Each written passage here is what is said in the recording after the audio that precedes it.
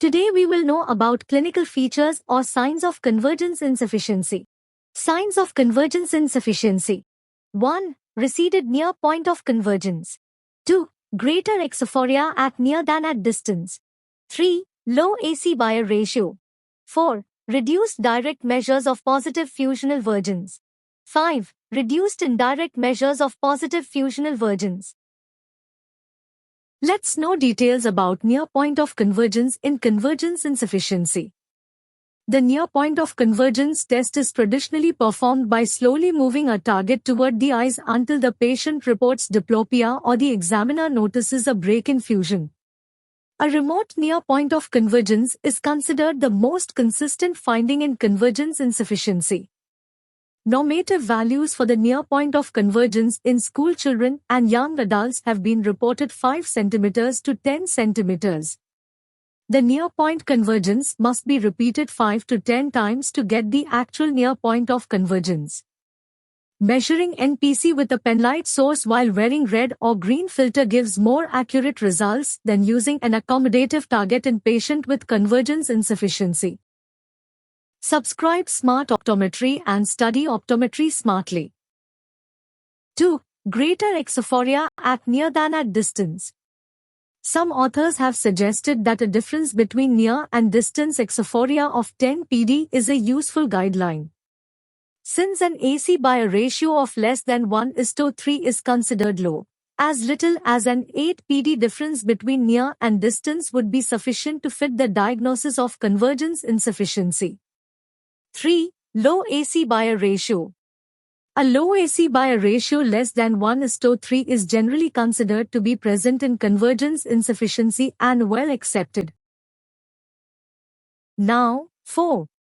Reduced direct measures of positive fusional vergence. All direct tests of PFV will tend to be low in convergence insufficiency.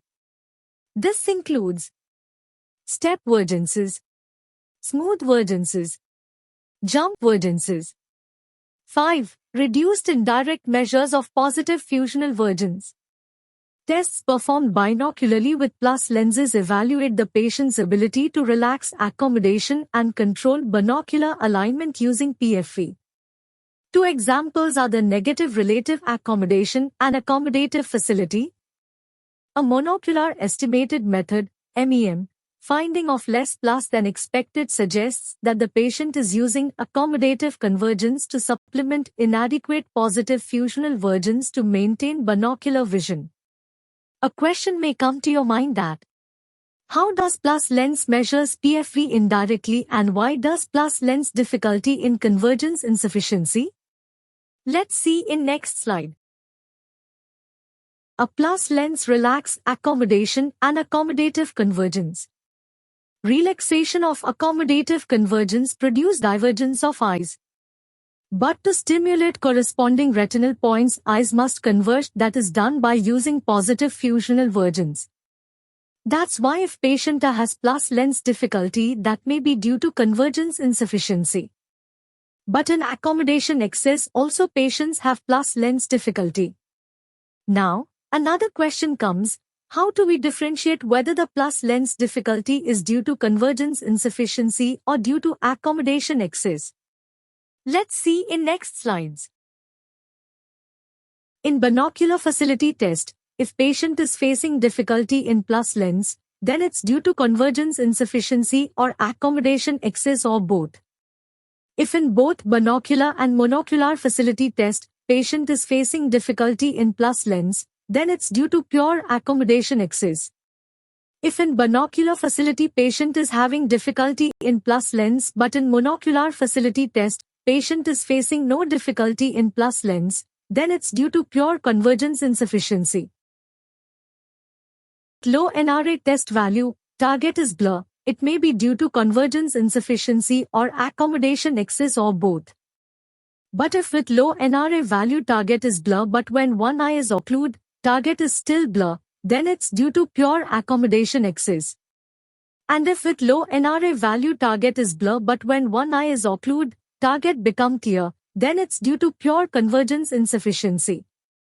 When an accommodative excess is present along with a convergence insufficiency, The accommodative problem is thought to be secondary to excessive use of accommodative convergence to supplement the inadequate PFV.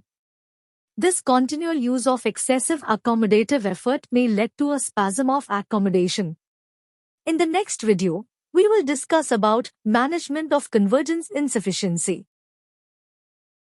Till then, stay with Smart Optometry and study optometry smartly.